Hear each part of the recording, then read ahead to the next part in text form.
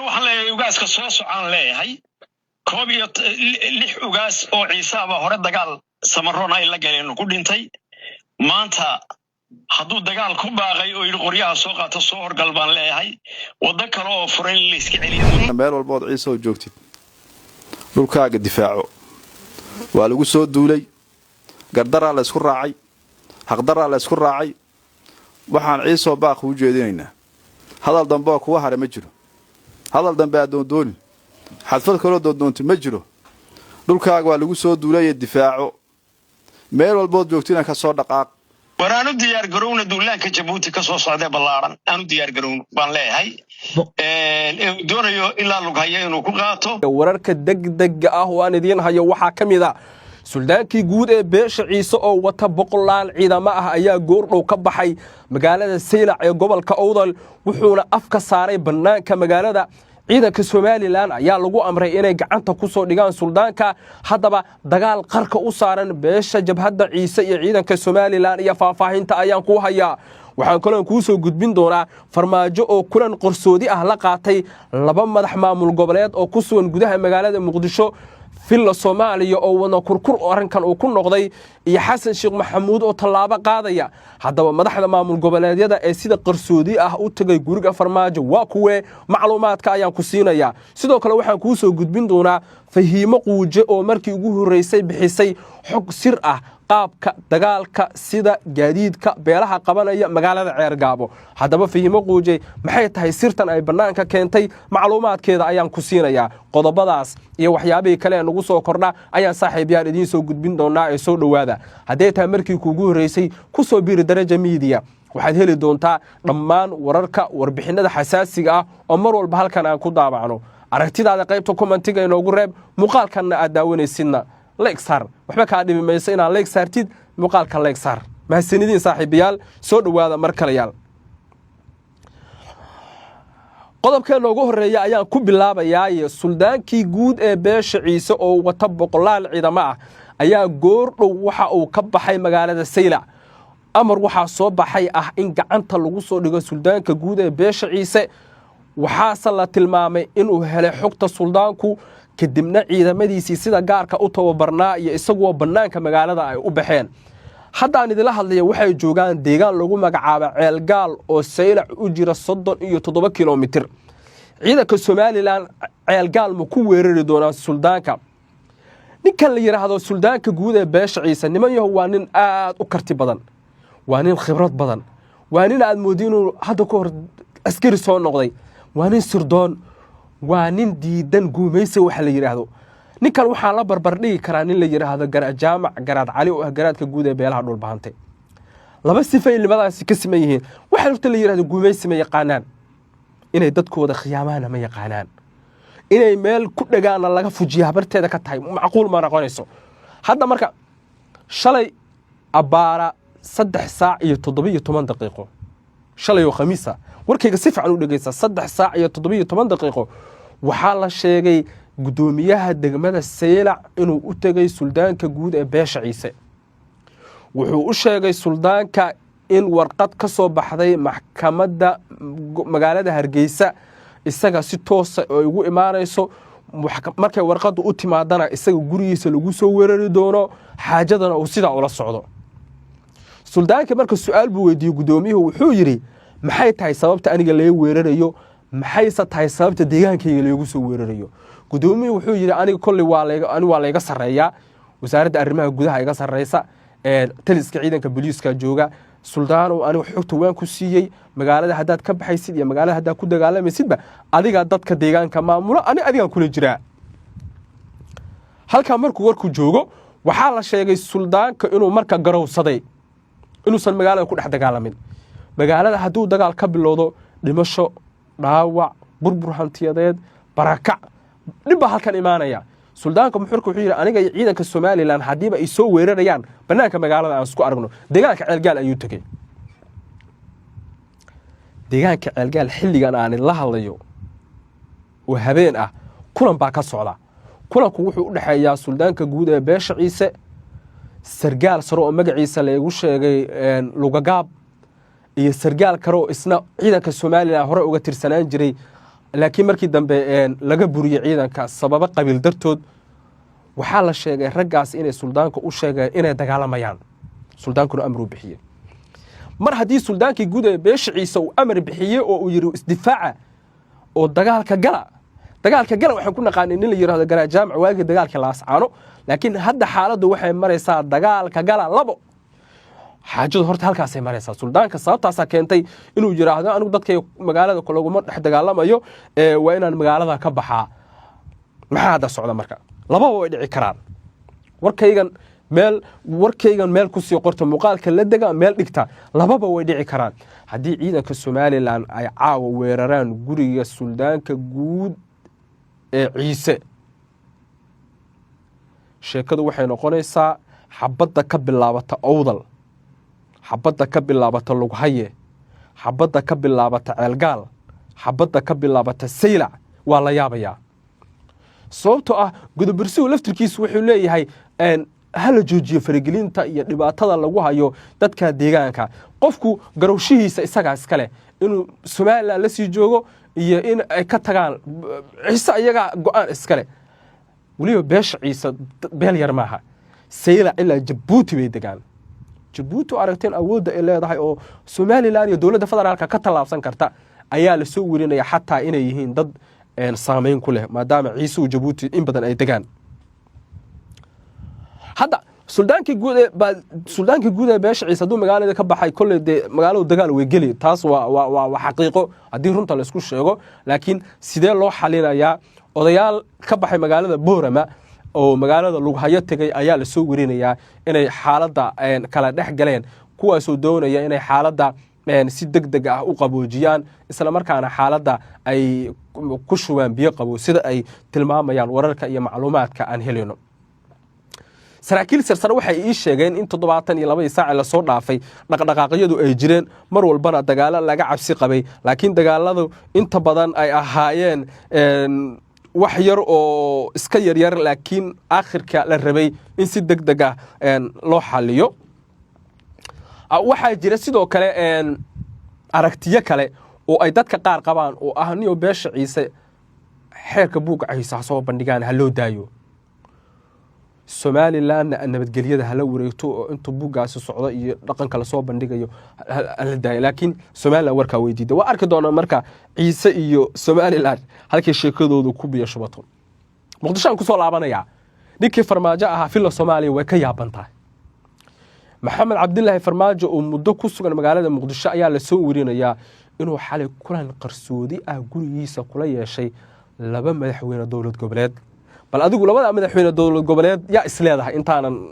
warbixinta faahfaahin bal aragtidaada qaybta comment ku reeb yaa isleedahay labadaas way noqon karaan farmaajo yaa u dhiman kara maamul goboleedyada marka laga hadlayo farmaajo yaa u dhiman kara bal faalada inoogu reeb madaxweynaha maamul goboleedka galmudug iyo madaxweynaha maamul goboleedka koonfur galbeed oo aan wadan wax ciidamo oo badan ayaa la soo werinayaa inay iska xaadiriyeen gurigii farmaajo ee ku yaalay nawaaxiga garoonka aadan cadde haddaba weliba intaysan farmaajo u tagin 2 saacadood ka hor waxay la soo kulmeen ninka la yiraahdo waxay la soo kulmeen xasan sheekh maxamuud ee filla Soomaaliya kula soo kulmeen arrimaha doorashooyinka laga soo wada hadlay hadda marka waxa la leeyahay xaajad way adag tahay hadda dagaalka tooska ah ee dowlad goboleedyada iyo farmaajo iyo xasan sheekh maxamuud ay xaaladdu xun tahay xasan sheekh maxamuud aduusan weerarin guriga farmaajo alxamdulillah sababta xaaladdu hadda sida ku socoto wallahi waxa la isaalsan karaa maan saraakiil aan la hadalay waxay tilmaameen goordhow in ay cajiib iyo la yaab ku noqotay sababta keenaysa in madaxweyne xasan sheekh maxamuud uu ka caroodo in madaxdii hore ay u tagaan madaxweyne hore in madaxda maamul goboleedyada ay u tagaan madaxweyne hore waliba farmaajo waa raggii aadka dhidibada ugu taagay ee si fiican ula shaqeyn jiray puntland iyo somalilan iyo weliba dee waa la sii kala sokeeyey koonfur galbeed iyo galmudug isagaa meesha geeyey isagaa doorashada meesha geeyey isagaana maxay tahay meesha ku hayay marka xogta la helayahay waxay tilmaamayaan in 48 saac la soo dhaafay aad loo dareemay in guriga farmaajo uu buuxsamay filla Soomaaliya ayaa la sheegay in arrinka ka carootay iyadoo oo la filayo mar kale inay is arkaan qoor lafta gareen iyo xasan sheekh maxamuud isla markaana si aada la isku canaanto runtana la isku sheego lagana wada hadlo xaqiiqooyinka jira oo ah in ay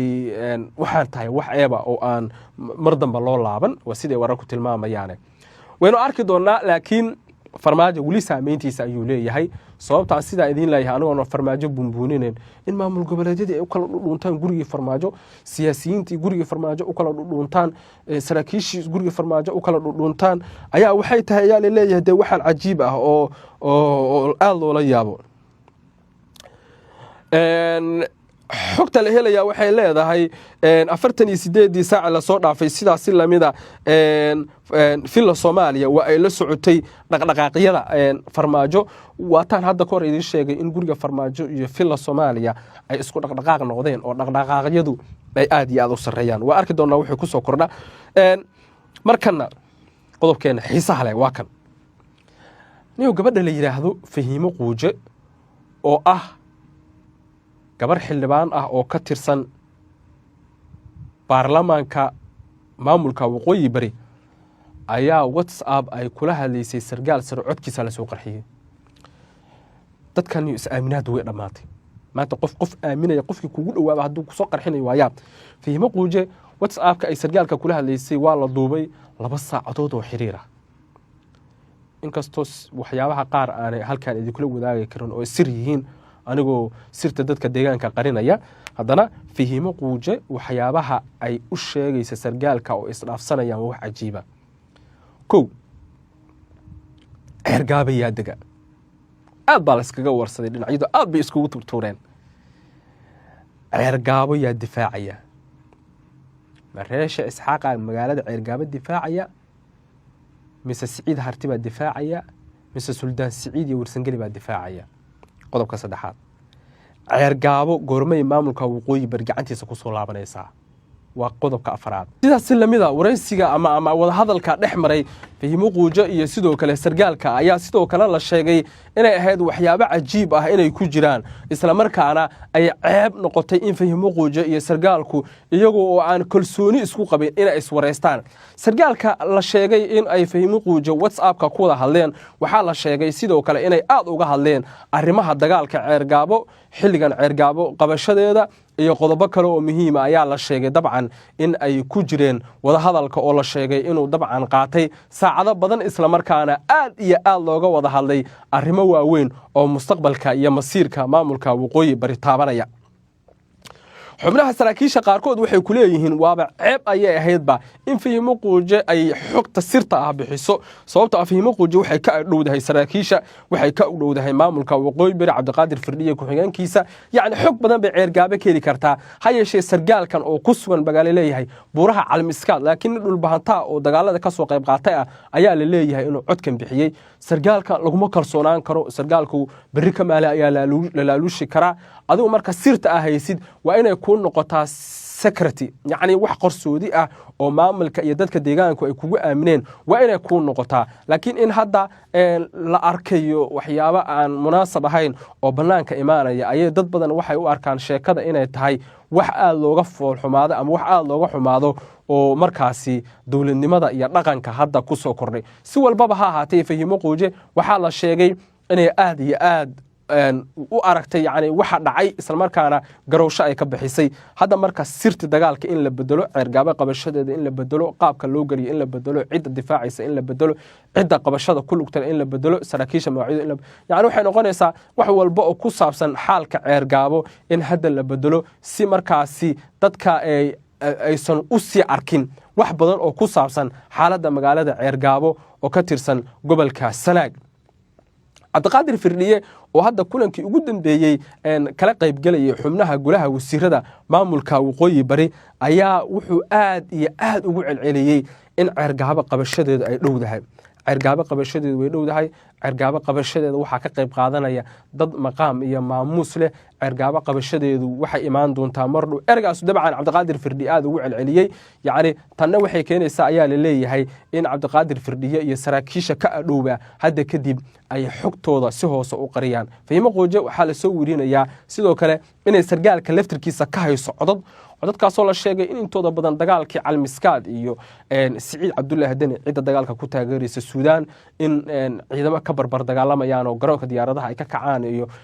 lugatoor oo la sheegay in boocama la leeyahay weerar iyo yacni laftirkeedu xooga sirab ay haysaa laakiin hadda xogta la helayahay waxay tilmaamaysaa in tani ay dabcan ahayd dharbaaxo weyn oo ku dhacday cabdiqaadir firdhiye iyo fahimo quujo oo ku saabsan in ay xiirin waayeen wax badan oo la rabay in la xeeriyo oo xaaladda dagaalka ceergaabo ku saabsan waynu arki doonaa saaxiibayaal laakiin hadda xogta la helaya waxay tilmaamaysaa in xaajadu ay noqotay hal bacaad lagu dhisay oo yacni ay noqotay meel aan waxba laga qaban karin laakiin si walba ay ahaataba adiga laftirkaagu haddii aad tahay qof ka agdhow villa soomaaliya ama qof ka agdhow maamul gobol ama qof yacni ka agdhow madax waa inaad